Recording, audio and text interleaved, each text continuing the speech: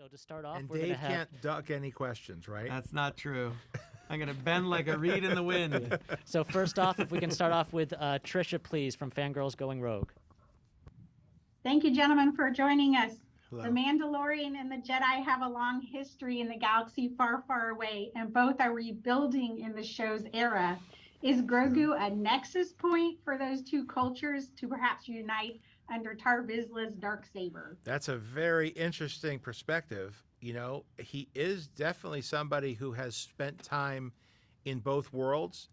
And we know that he started off earlier in the Jedi Temple. We've seen flashbacks to that, that speak to that. And then we know that he's been rescued and spent many years with the Mandalorian, went back with Luke. Now we've been 2 years apart from him there training.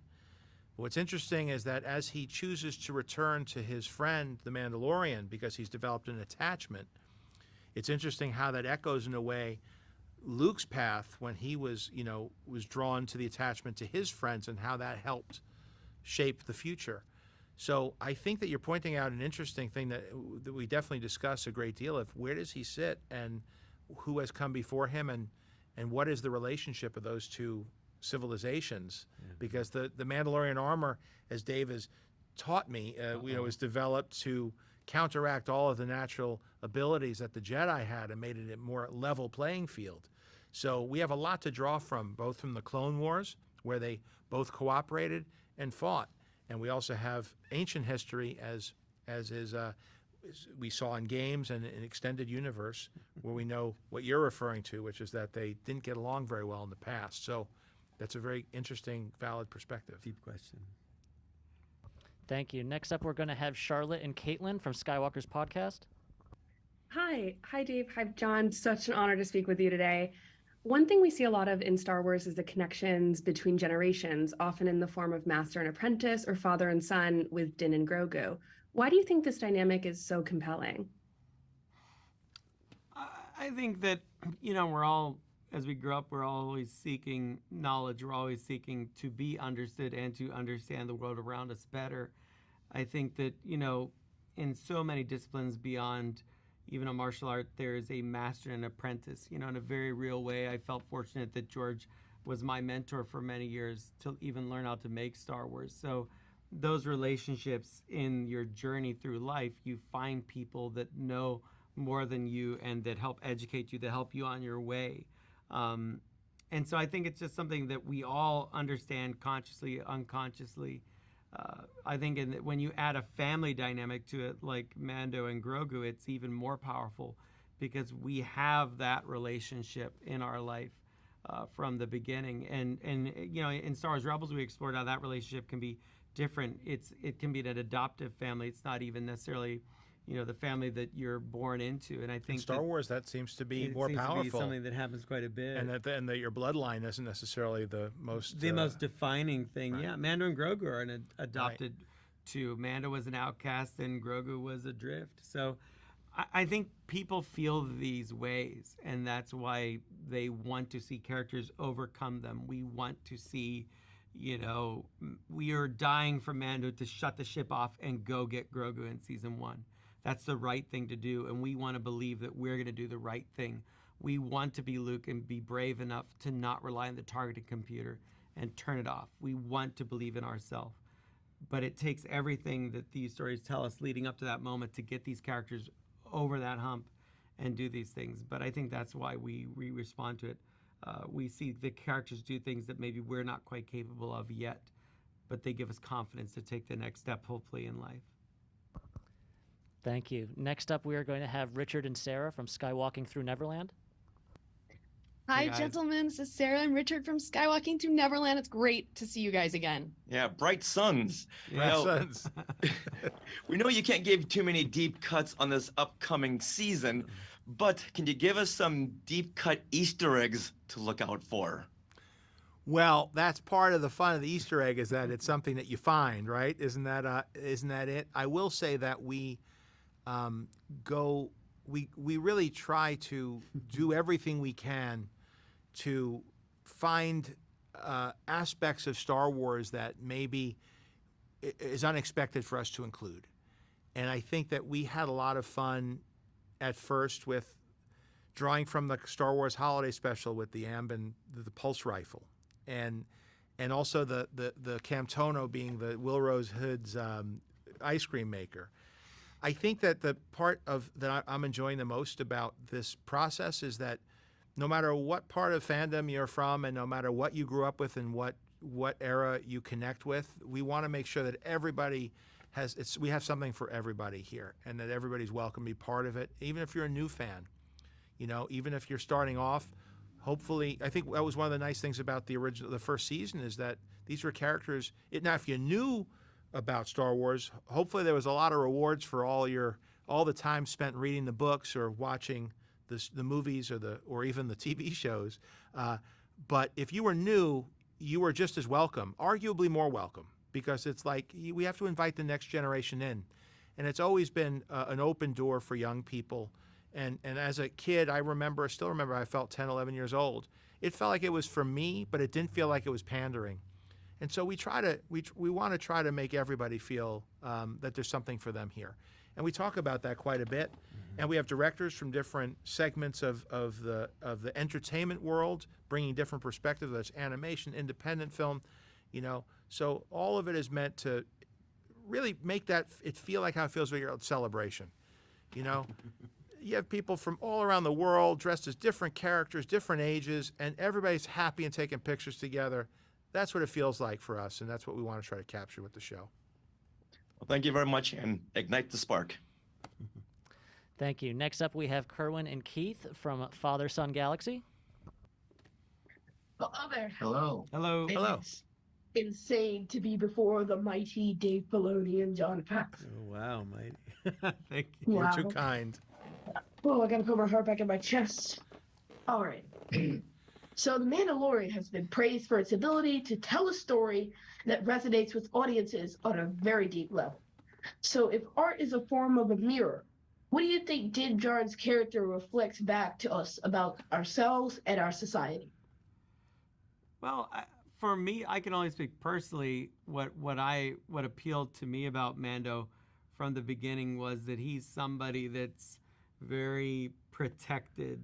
He's inside armor. And while that armor gives him a benefit, it also has him, I thought, incredibly closed off. And I think that we feel that way. We put on our armor a lot these days, and, you know, everything feels very combative, and the world outside maybe doesn't feel as friendly to us. And so we're armored up. But the significant thing for Mando is that, you know, when he meets Grogu, that all changes. It's small things at first, and it becomes simple kindnesses. I'm protecting him. Why? Because he's worth money. But then he ends up protecting him because it is the right thing to do.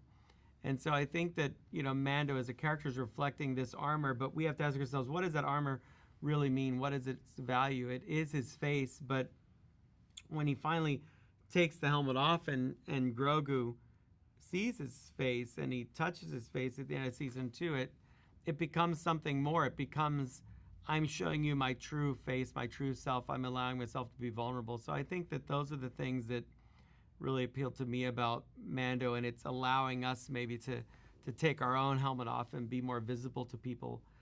I mean, that's the way I read it. I don't know if you feel that way, but there you go. Does that help? Thank you. All right, next up, we're going to have Brian from Full of Sith. Hello, gentlemen. It's a pleasure to speak to you again. The question I've got, and I'm sure, Dave, you've fielded a lot of these, is just, you know, a lot of the cinematic influences. In Book of Boba Fett, there's definitely a lot of Lone Wolf and Cub in the choice Luke gives Grogu. But, John, you mentioned in an interview Paper Moon. Yes. And I went back and rewatched it again, and that movie's so good, and it hit me right between the eyes. And I'm wondering if you could, if you both could kind of speak to the conversations about your influences in this coming season, and stuff that might be surprising, like Paper Moon. I think some of it just is, you know, the writing process and filmmaking process, but especially the writing process is not really a conscious one for me. We do a lot of discussion about, and very much a conscious set of decisions about the broad strokes of where we're going to go and what we're going to do. But when you're actually letting the characters talk to each other and the story's unfolding, if you're doing a good job writing, it doesn't always feel, you don't always know what's going to happen next. And you're really a product, your subconscious is really a product of all your influences. And Paper Moon was a very strong influence on me. And a lot of movies of that time period, I'm now in my, I'm 56, I think. Yeah, I think I'm 56. At my age, you start to lose track of the years, but late 50s. The number. And I grew up with the Bad News Bears, and I grew up with, Paper Moon. And films like that had, there were such interesting relationships of misfits who feel like they're don't belong anywhere, but these family relationships emerge. And then the family relationships are often stronger than the bloodline relationships, and that's certainly a hallmark of Star Wars. Families develop around these characters that are spending time together, and bonds are forming. And people are changing who they are based on the experiences that they have together. Look at the arc of Han Solo in the first film. Somebody who seems to be very selfish. And I think that progression from selfishness to living for something and sacrificing for people or something bigger than yourself is very much a part of Star Wars, but the hero's journey and everything that George learned from Joseph Campbell as well. We're a communal species. We're a cooperative species. And we are rewarded in the throe of history for when we act in that way, when we think about things that are more important than just our own individual needs. And so Paper Moon is such a wonderful film because you think it's all about transporting this character, to their living relative after their mother passes away. And then we figure out, it's a bit ambiguous, but it's suggested that maybe she was actually his daughter. What's interesting because the actors are actually father and daughter. But the idea that when she finally gets delivered to where she belongs, you realize, no, that journey was what reinforced it, and that bond was what was important for both of them. And so the unexpected twist of her leaving behind this cushy life that she could have had and going and being a con artist with Ryan O'Neal, I find an unexpected and fulfilling and really satisfying ending. And it's just a beautiful movie. And so, as you point out, we do find influences in cinema, stylistically, but also story-wise, because great stories have been told before, and Star Wars is a wonderful way to encapsulate a lot of what came before and serve it up to a new generation in a slightly different context. Great, thank you. Next up, we'll have Dan from Coffee with Kenobi. Hello, gentlemen. This is a question I ask my mythology students, and I'm excited to see what the two of you think about this. I want to see if you can talk about the symbolism of Din Djarin initially struggling with wielding the Darksaber in the Book of Boba Fett. That's a great question. I'm glad you caught that, because on the one hand, you're super excited because as the first person who ever wielded the Darksaber. Oh boy, here we go. As Pre Vizsla, I could say that it was that George, that was a reshoot, by the way, because I was originally, that's a public record, right? It was originally when I recorded the voice, it was a vibroblade. Mm-hmm. And when George had seen it cut together, I found out from Dave, because I got called back into the recording booth, that no, the vibroblade can't block another lightsaber. It has to be, and he created this lore around the Darksaber that was stolen from a Jedi temple, and the idea of Tar Vizsla, somebody who was a Jedi and a Mandalorian, and I remember, I got to go back and record this. I told my wife what I was doing. I got to go back and I got to do it again. And she was like, George is right. That's super cool. Super cool. And she was right. It ended up being this compelling image of what this thing is. But then also I got my clues from Rebels where, when Sabine was learning to wield it, it was heavy to her. Mm-hmm. And the sense that there is, it's almost like the teachings in martial arts of you can't grab water. You have to cup your hands, and it's not something you could control.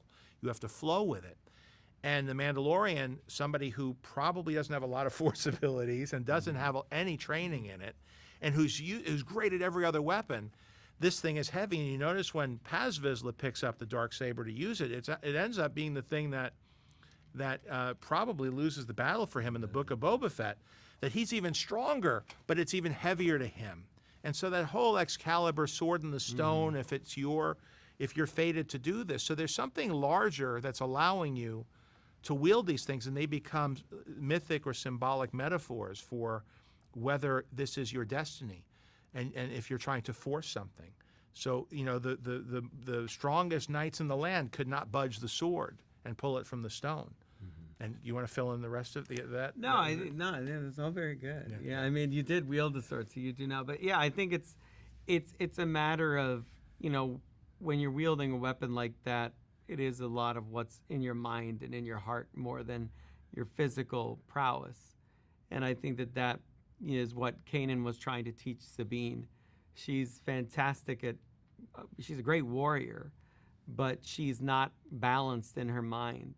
All of her struggles with her family are preventing her from growing, are preventing her from being balanced in her body. And so, you know, with Mando, he comes into this thing the right way because he doesn't really even want it.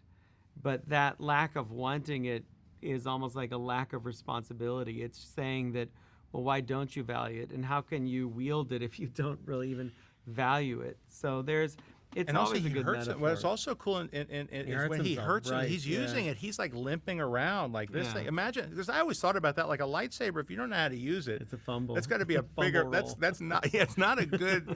It always amazed me that they weren't hurting themselves more. With I think a lot of people did. You just didn't hear about them because you hurt yourself. You're not in the story anymore. Right. You fall out of it. But they're all having. I was always shocked when Han used Luke's lightsaber to cut open the tauntaun. I thought that was a big move. But he's smart, you know. But all he does is make a little that's slit. it. One quick thing, yeah. Not a big deal. No, he's not fighting. He doesn't want to use it. that thing. It's like, here's the other thing about a lightsaber. By any definition of the world they live in, it's a really old weapon. Right. So I've talked about this. It's not as cool to them, you were saying. No, as it it's is not. To us. Like a samurai is an incredibly well-trained warrior, and that seems great, and they're highly effective, and they're very smart, and they have a way of being. And then rifles come around. And when you see the Seven Samurai, you see how difficult it is for these incredibly skilled warriors with with a philosophy and a way of life, but they just get thoughtlessly taken out by someone with a rifle. And so, you know, it's up to Kyuzo to go in and take out as many as he can, and it's dangerous because technology is overcoming what skill and discipline is given them, and that becomes a quick and easy path to power. Right, is now we have a weapon, a blaster that can just, you know, take down a Jedi. So now we have more people with more blasters, and that's it is an old, elegant thing to wield a lightsaber, and it takes a tremendous amount of training and discipline to wield it. You just can't pick it up and use it. So all of that then fits in with George's philosophy about the Force itself, which is, yes, we are all part of the Force. We are all connected. We all have it. But it takes a great deal of training and discipline to understand how to wield it. And very few people have that discipline. In our own world, we see that. It's so hard to be disciplined to do things that are good for us, physically, mind, body, spirit. So it's true in the Star Wars universe as well. Thank you very much. Unfortunately, that's all the time we have. Did they all we really get a shot? Everybody got a question? Today. Good. Thank you Great very talking much. to you. Hopefully we'll see a celebration. Yeah. Hopefully, yeah, celebration. Cheers. Thank you very much. Take care. Thanks Bye, for the guys. questions. Bye. Thank you. Thank you. Thank you. Thank you. Thank you. Hope to see you again. They're such Or tomorrow. Such thoughtful Great questions. questions. Always great questions. Always.